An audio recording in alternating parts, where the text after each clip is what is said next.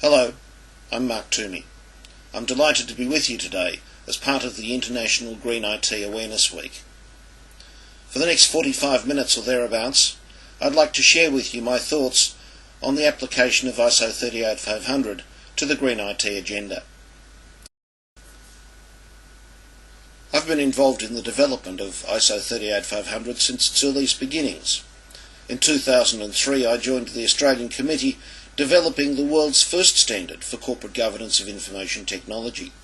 AS 8015 was published in January 2005, and soon after we were invited to take that standard into the international arena. With further development, it was published again in June 2008 as ISO 38500. Since then, my company Infonomics and I have been working to build global understanding of what ISO 38500 is all about. Infonomics provides a range of services to organisations, beginning with developing understanding of the core messages in the standard, assessing how effectively organisations govern their information technology, and helping them to improve their governance. With increasing interest around the world, the Infonomics focus is progressively shifting from working directly with end organisations to empowering consultants around the world to take accurate representations of what ISO 38500 is about into the broader community. Infonomics publishes a range of resources to help individuals and organisations understand what effective corporate governance of information technology involves. The Infonomics letter is a monthly brief discussion of topical aspects of corporate governance of information technology available freely to any subscriber. Waltzing with the Elephant, a comprehensive guide to directing and controlling information technology, is a book based on ISO 38500, written in the language of business leaders to explain to them and to technologists what activities are expected in organisations that have effective governance of information technology.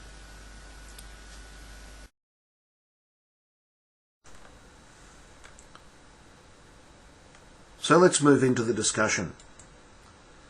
Before we can really talk effectively about using ISO 38500 in a green context, we need to understand the messages that ISO 38500 gives us about corporate governance of IT. We'll begin by looking at the need for organisations to achieve their intended outcomes from their investment in IT, to deliver value from those investments, and to be able to control the risk of investment in and use of information technology in the business. That'll take us to an understanding of the ISO 38500 model for governance of IT. Once we've explored that, we'll then come back and look at how to apply the model for governance of IT in the green context. Firstly, evaluating, directing and controlling the green IT agenda, and then explaining how the principles for governance of IT can be used to ensure that organisations are making effective decisions around their green approach to use of IT. It's often very useful to talk about information technology using analogies. It takes away the concern that some have that they don't understand information technology because it's deeply complex. What we're talking about here is the use of information technology.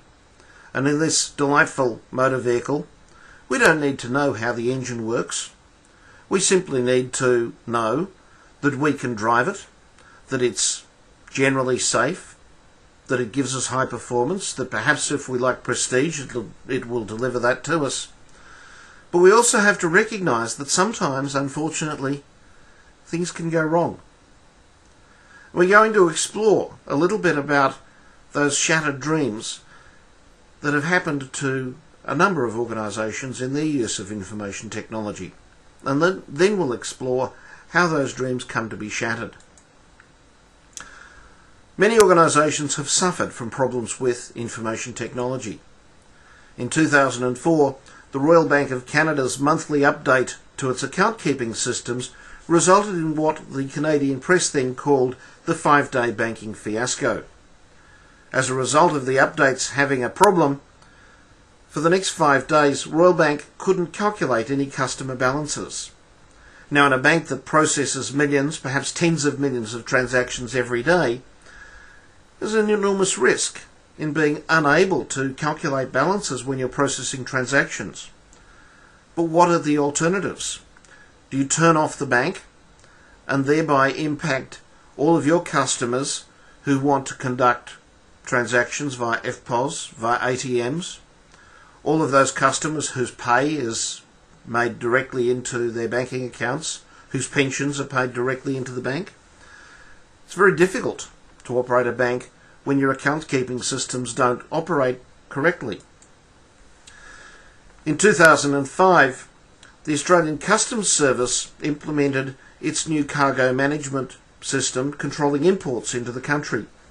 Unfortunately, a breakdown in engagement between the Customs Service and the cargo importing industry meant that the implementation of the new system simply didn't work.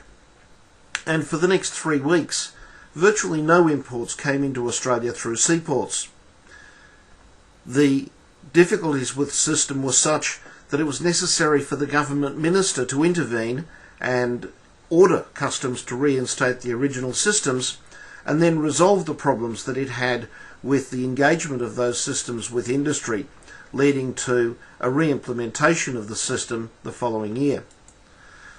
In 2006, a listed Australian company, Australian Pharmaceutical Industries, implemented a new enterprise resource management system consolidating the financial accounts of numerous of its subsidiaries into one common set of ledgers. Unfortunately, several weeks later, when it was time to produce the annual financial reports, it was discovered that post-implementation, the books no longer balanced. Being unable to produce the statutory reports meant that Australian Pharmaceutical Industries was suspended from trading from the stock exchange, and in the ensuing 8 weeks of analysis of the problem, the share price of the company was significantly reduced.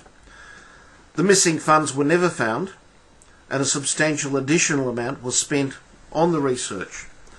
The Chief Executive, the Chief Information Officer, the Chief Financial Officer, and the Chair of the Audit Committee all parted company with the organisation.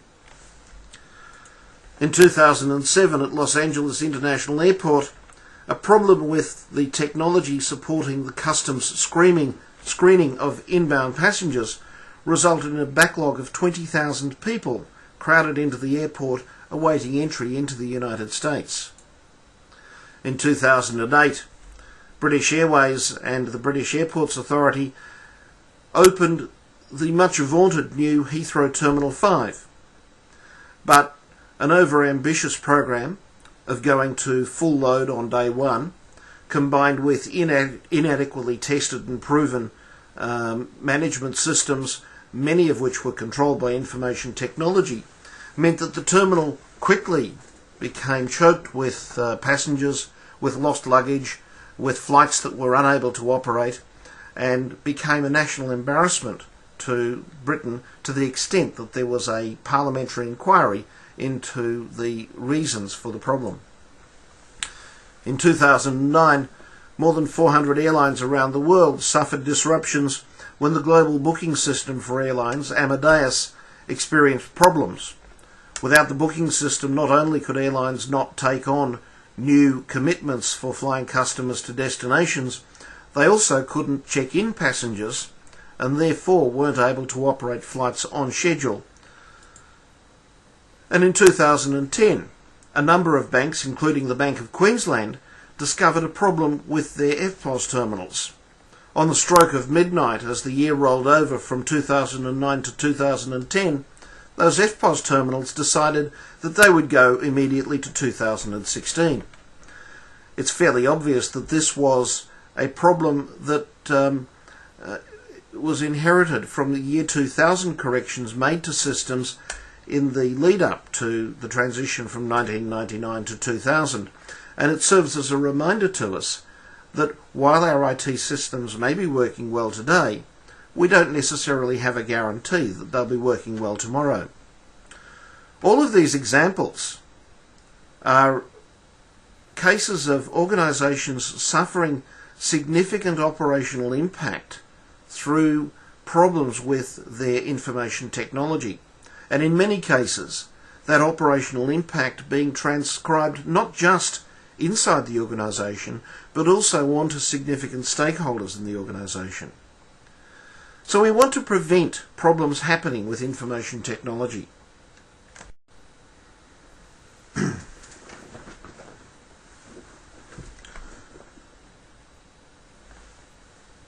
Reality is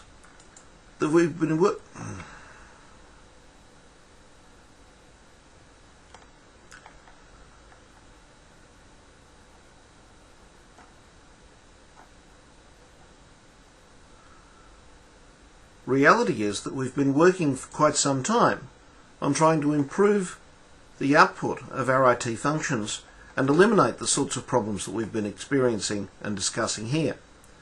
But all of these frameworks and methodologies that we've used, I'd suggest have missed the point. I'd like to introduce you to what I think the key issue is through some of the people or representatives of the people that I've worked with in major implementations and ongoing use of IT in many organisations.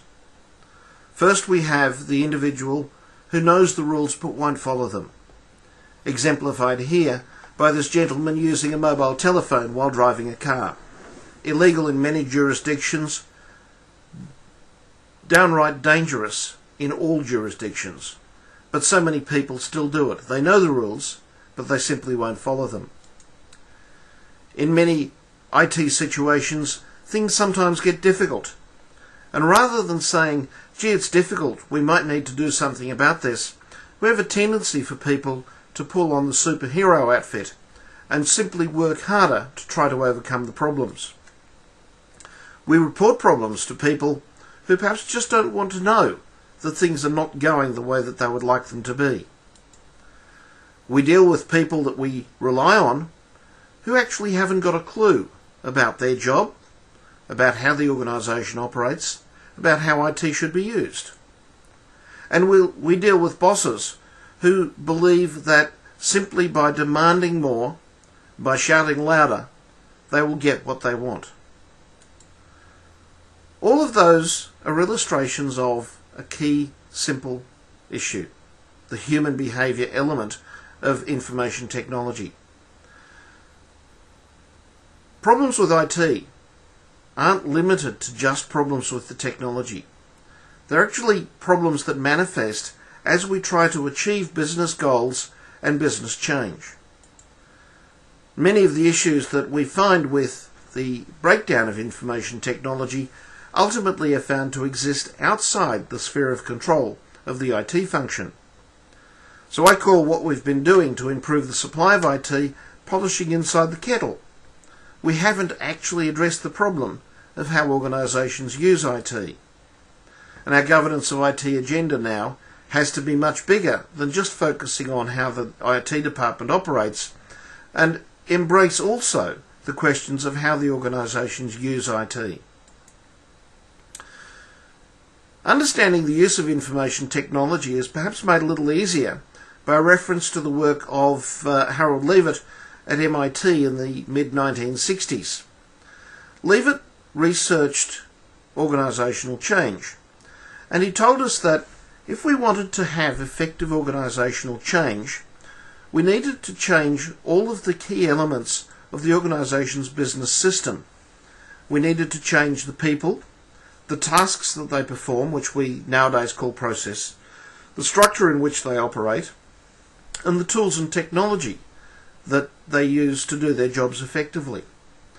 Now, in Leavitt's day, it would have been fair to say that the boundaries of the organisation were such that all of these things were entirely within the control of the individual organisation. In today's modern organisation, the boundaries have moved inwards so that some, perhaps many of the people involved in running our business don't actually work for us. The processes that we need to run our business may not be done by ourselves. The rules that apply to our business may not necessarily come from just inside our organisation, and certainly the tools and technology that we use may come from quite diverse places. But regardless of where it comes from, our organisations have become dependent on information technology. And when that IT fails, very quickly it's the case that our business systems go pear-shaped and all of our stakeholders become quite upset. Taking Leave It's work a little bit further, we can look at the use of information technology as an enabler of change.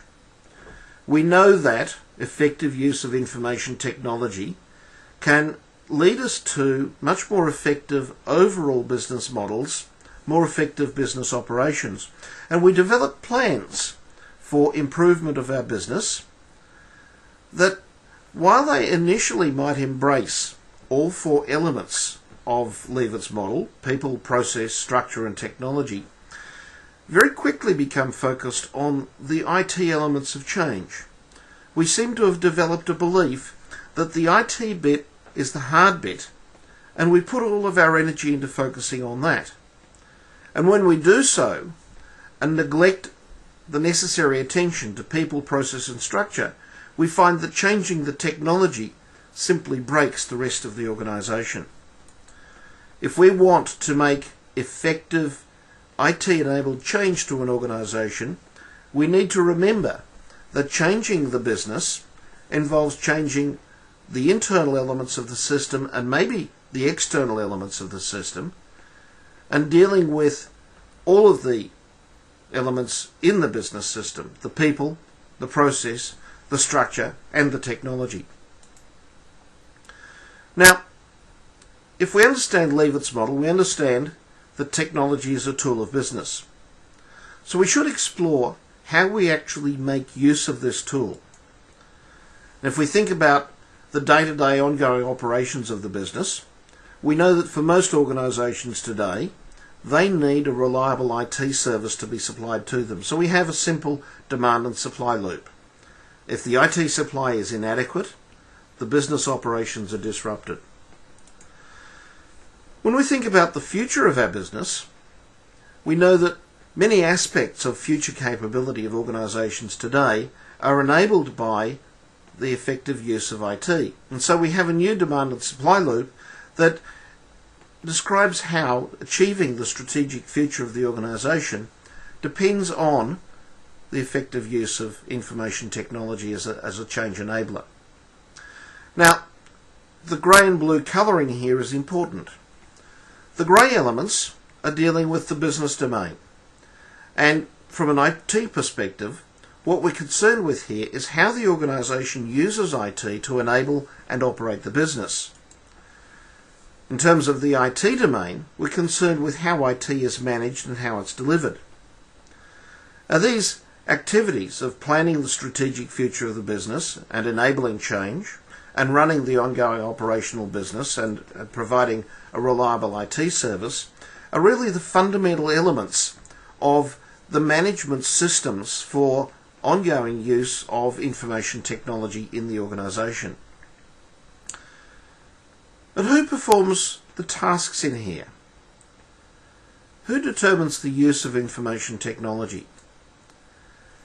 If we think about the definition of that business demand, what we've seen over many years is a tendency for that definition of how IT will be used left in the hands of IT specialists.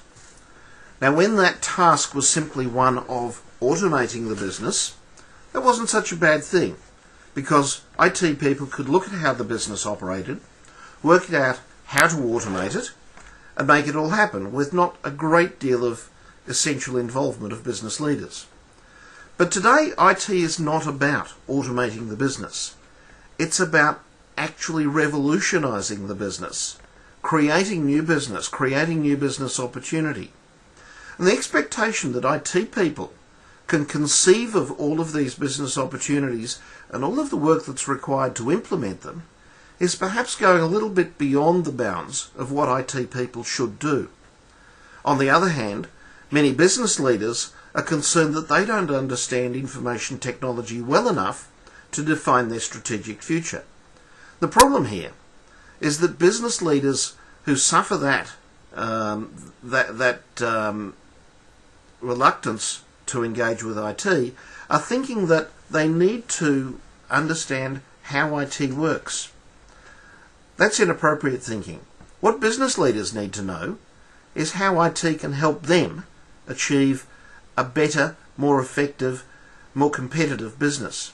They don't need to know the detail of how it works, they just need to know what it can be used for. So if this is all management, where does governance fit into the picture? We need to make some more space.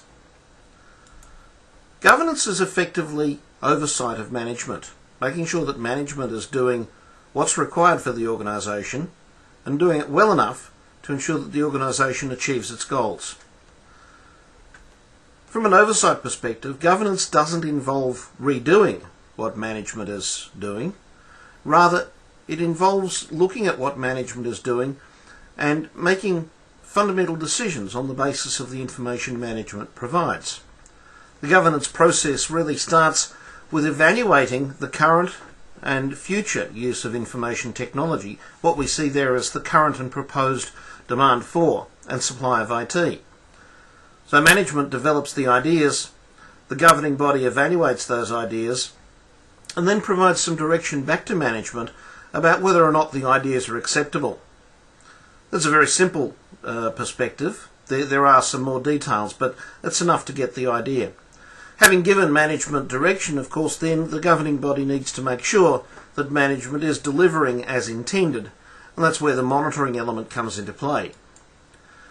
Now, when we understand that, we need to understand, or we can understand, that the system of governance is not something that's separate from management.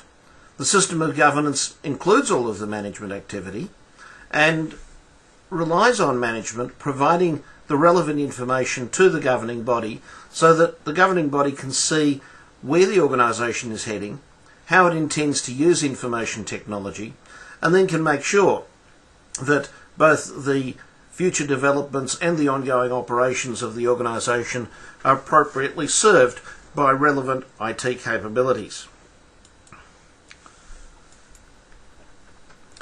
So what we've done over the last few slides is really developed the core model for governance of information technology as defined in ISO 38500. The standard says that corporate governance of information technology is the system by which the current and future use of IT is directed and controlled. And we see that in the diagram here. Directing and controlling involves evaluating the current and proposed future use of IT, providing direction to management around how it makes decisions and what it does with plans and policies, and monitoring the performance of management and the conformance of the organisation to rules as management proceeds to develop the future IT-enabled business and to run the current IT-enabled business operations. The model in ISO 38500 is complemented by 6 principles to guide the behaviour of the organisation. We're going to expand on these principles as we go through our discussion of green IT and the application of ISO 38500. So there we have it. ISO 38500 is a fairly straightforward model for governing information technology. But don't be fooled by the simplicity that you see in the core model and the 6 principles. These are very high-level constructs to which organisations need to apply a considerable amount of thought as they develop their own understanding of what an effective system for governance of IT is all about. In the second part of our session today, we're going to explore the green IT context for ISO 38500. So we'll explore what evaluating, directing and controlling IT is in a green context. And we'll talk about the principles for governance of IT, specifically about how they can be used to enhance an organisation's green IT performance. One very effective way of using ISO 38500 is to develop a matrix where we map the basic tasks of governance, evaluating, directing and monitoring, against the principles for effective governance of IT. the evaluate, direct and monitor set is what we effectively use to set the goals for the organisation's use of IT, and therefore they're the same actions that we use to set the goals for greening the organisation's use of IT. The principles are effectively the tools for describing the behaviour that's required in the organisation, and we can take a slightly narrower slice of those principles and use them to define the behaviour that we require to achieve our green IT objectives. So looking at it in a little more depth, let's understand how we set the goals for an organisation's green IT using ISO 38500. We start with the evaluate process.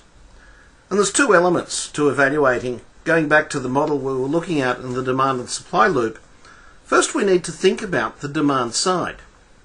The demand side is all about how your business operates. It's about Leavitt's model of people, process, structure and technology.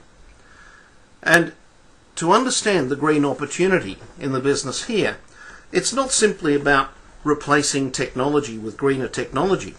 It's about using technology to enable the whole organisation to operate in different ways to produce a more sustainable set of results. Some of the classic elements that we might look at there are the things we see about reducing travel, reducing commuting, more effective use of raw materials, more efficient production, more efficient business accommodation, and so on. There are many, many aspects of the way that the business operates which might be considered in terms of how better use of IT could improve the organisation's green performance. Then we look at the supply side of IT and the things that are very commonly discussed around the notions of green IT. So how does your IT supply operate in the current environment? Is it making efficient and effective use of resources? Can it be improved by using new IT or by organising the IT differently to provide a more sustainable supply of information technology capability to the business? And again, we see some of the commonly referenced elements of a green IT agenda: efficient use of power, redirecting excess heat, improving the cooling effectiveness and efficiency of the environment, dealing with e-waste, one of the significant issues of today's society. Now, having evaluated the demand for and supply of a green IT environment, the next thing to do is actually decide what your organisation is going to do. What changes are you going to make? How do you intend to achieve the green performance that has become evident from your evaluation process? Clearly, there's significant work that some organisations have to do in determining exactly what those changes are, and we'll talk about that some more when we look at some of the principles. But a point that is important to consider here is that management is going to be making decisions on an ongoing basis around the green use of IT. Those decisions need to be guided by some sort of policy statements.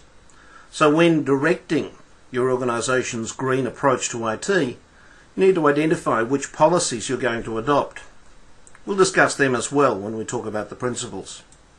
Finally, we'll look at monitoring the organisation's green agenda and whether the things we're interested in here are whether or not you're actually achieving the outcomes that you intended, and whether the policies that you've put in place are actually working as you intended.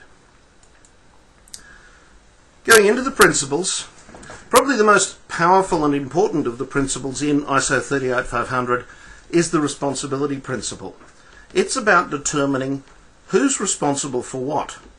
It requires us to understand what responsibilities are actually going to be allocated in the organisation, and in this context we need to understand what responsibilities exist in respect of green IT. And I think there's two sides to this discussion.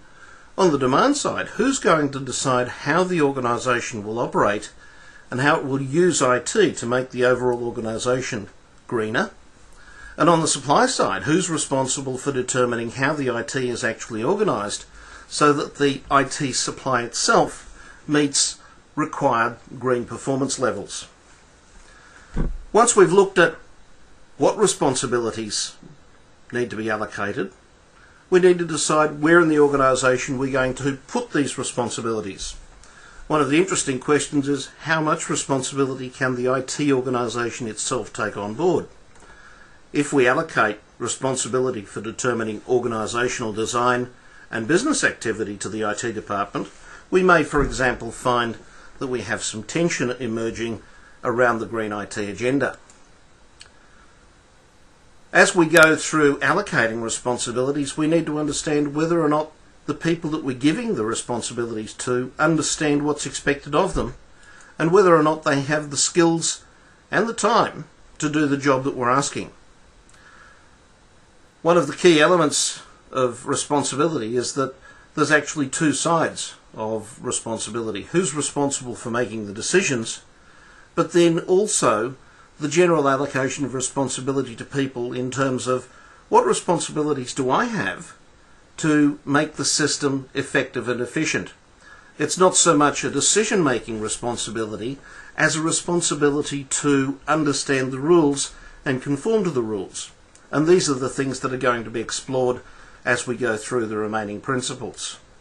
The strategy principle in ISO 38500 effectively covers all aspects of planning an organisation's demand and supply of information technology.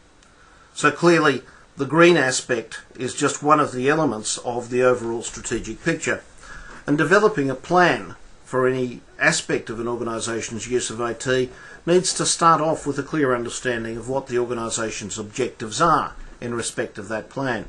So we look at the business demand side, understanding how the new use of IT or the improved use of IT can enable a more sustainable, greener business.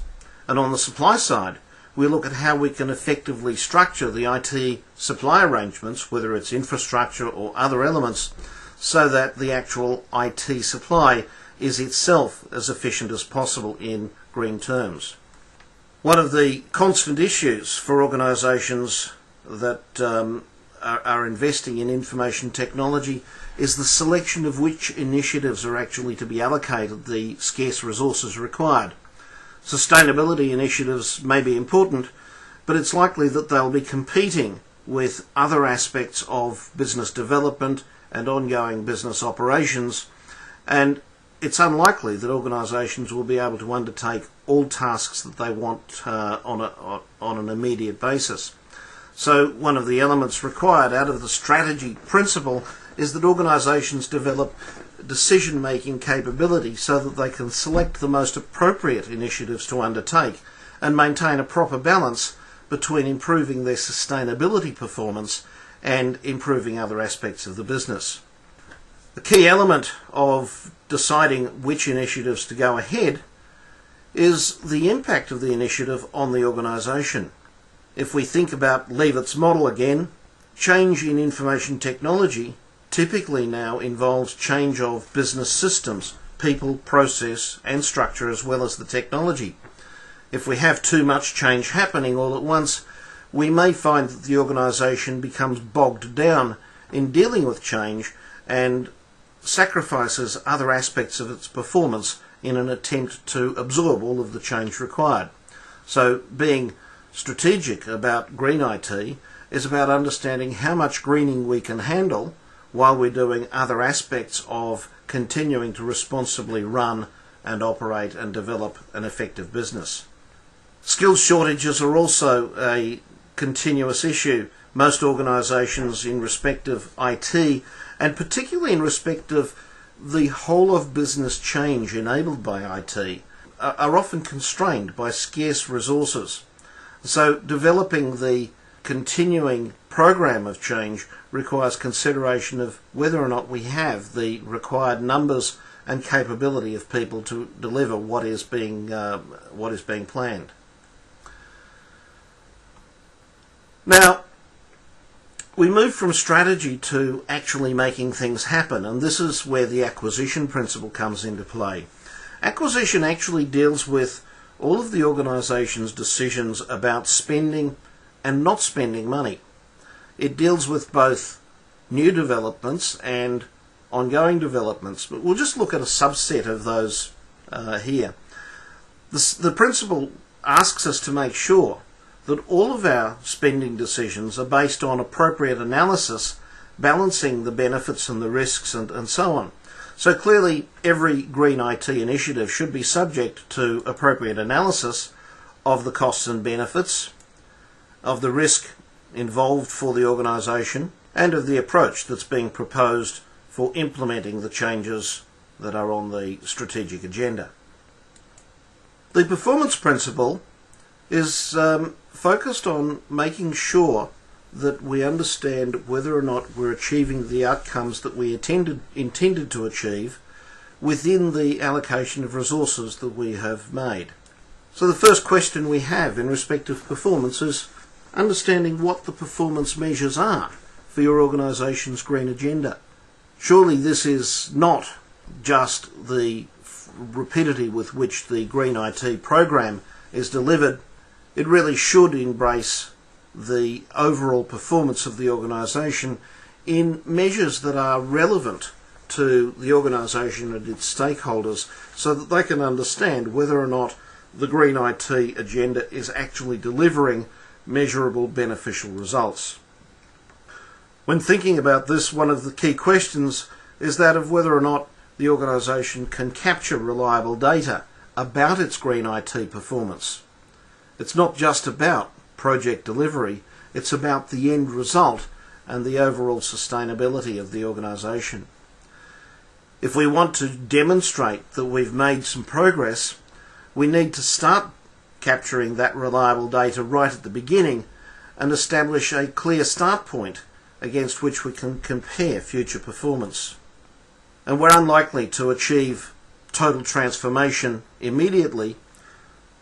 Much more likely we're going to achieve progressive change in the organisation's overall performance, and individual projects are going to go through milestones themselves.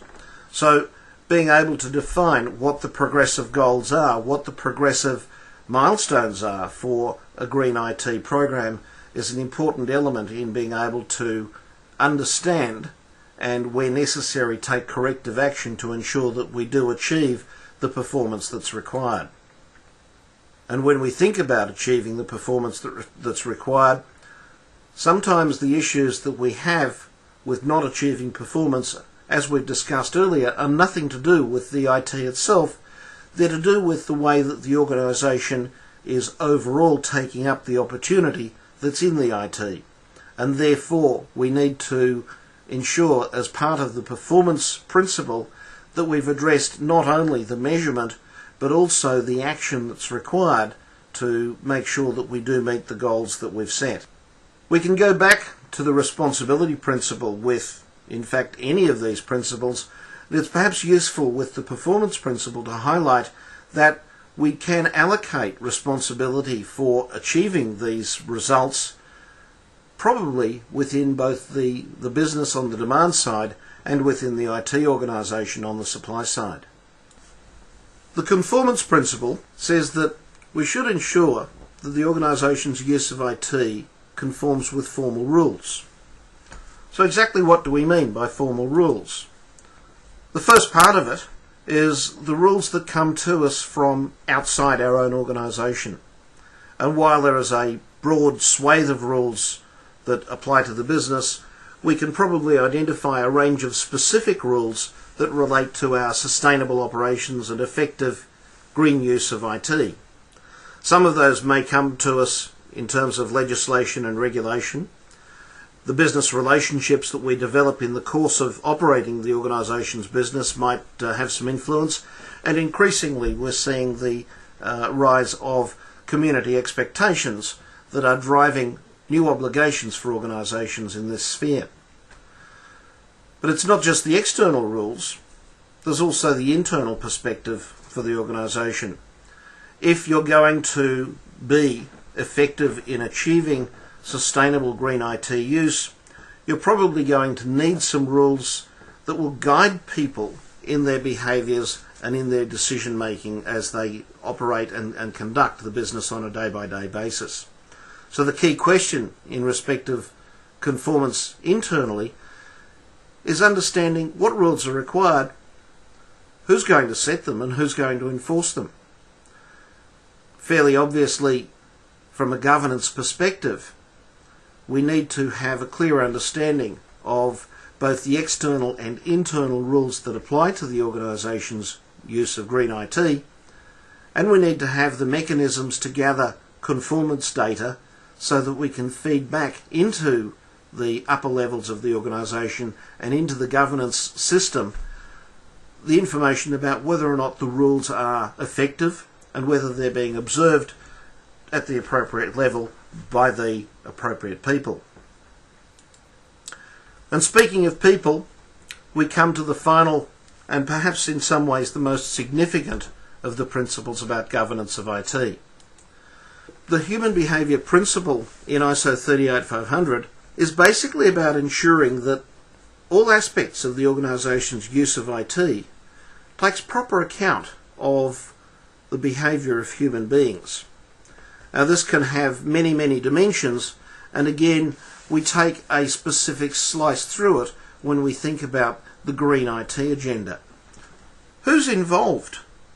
Who's affected by your organisation's use of IT and by your green IT agenda? Typically it's not just the IT function. In fact, it's probably most of the people involved in the planning and running of your business. But it's not just the people that work for you. It's the people that your organisation interacts with on a continuous basis. Your suppliers, your customers in particular, perhaps regulators and investors, and a whole range of other stakeholders who may either be interested directly in your green IT agenda or may be affected by the things that you decide to do to achieve your green IT objectives. Having identified those people, it's important that you understand what role they play in your success in achieving your green IT goals. Do your goals depend on how those people engage and behave in respect of your initiatives? And if it does, how are you going to make sure that they engage appropriately? If people are affected by what you're doing and they resist, you may find that no matter how much effort you put into it, you're not going to achieve the goals that you had set for yourself. By the other token, if people are absolutely committed to achieving the goals that you've set for yourself, you may find that those goals are much more easily attained than you'd expected, and you may in fact be able to go well beyond them. So it's important from the green IT agenda, as well as every other aspect of the use of IT, to understand how to ensure that all of the human communities involved are appropriately engaged and behaving in the way that you need, so that they're helping you achieve your green IT goals. And that's why we need to think about the techniques that we use to engage people from the outset and generate the behaviour that we need. So we've looked at application of the model for governance of IT from ISO 38500, and we've described how that model is applied in a change process from a current business situation to some future business situation, and now specifically looking at the green IT agenda and making the organisation more effective, more efficient and more acceptable in terms of its use of resources. Implementing a comprehensive green IT program probably involves change to every aspect of your business system, both within your organisation and external to your organisation. And that means it involves changing the processes of your business, the structure of your business, the people in your business, as well as the technology that sustains your business. Going green on the supply of IT will certainly have some effect, but it's probably marginal when compared with the opportunities to improve the resource usage performance of organisations on an overall basis. Using IT effectively to enable a better level of performance in the organisation is probably the level of focus that ISO 38500 would drive us to achieve. And ISO 38500 does offer you a framework for directing and controlling your green agenda. Let's come back to the responsibility principle once more as we close this session. Business leaders have a significant and important responsibility to plan the future of their businesses so that they're efficient and effective and making the most efficient use of resources that is possible. So business leaders are the ones that actually define the fundamental green objectives of the organisation and therefore set the context for the organisation's green use of IT. Having set that agenda, business leaders have to orchestrate and drive forward the pervasive change across all elements of the business in order to achieve those goals. And that change process is not a short-term thing. The business leaders need to relentlessly drive the change and make sure that the change is actually attending to all 4 points of the business system, remembering that history has shown us time and time again that when we only focus on the IT component, we're almost guaranteed to fail. Performance is vitally important. Understanding performance is the means by which we understand whether or not our initiatives are going to achieve the goals we've set. So it's important that business leaders persistently measure the performance of our green IT initiatives in the green outcomes perspectives that have been identified, and make sure that the organisation is continuing to achieve the objectives that it's set for both new initiatives and for ongoing business operations. And finally, it's essential that the business leaders encourage and reward the appropriate behaviour of all people involved in the organisation's green IT agenda so that those people contribute their efforts to maximising the outcomes of the change that's intended. Business leaders have to lead the green IT change just as they have to lead all other aspects of the organisation's ongoing development and performance. So there we have a brief discussion of the application of ISO 38500 in a green IT context. Waltzing with the Elephant, a comprehensive guide to directing and controlling information technology, is available from the Infonomics website at www.infonomics.com.au. While it doesn't explicitly address green IT, it does discuss the very broad spectrum of issues facing organisations which today depend on the use of information technology, and it would be a valuable aid to any business leader and any technology leader who is contemplating a significant investment to improve the green performance of their organisation, making effective, efficient and acceptable use of information technology. So there we have it. ISO 38500 provides some very useful guidance for organisations which are embarking on a green IT agenda. I hope you found this presentation extremely useful, and I look forward to your visits to the Infonomics website at www.infonomics.com.au. Thanks very much for being with me.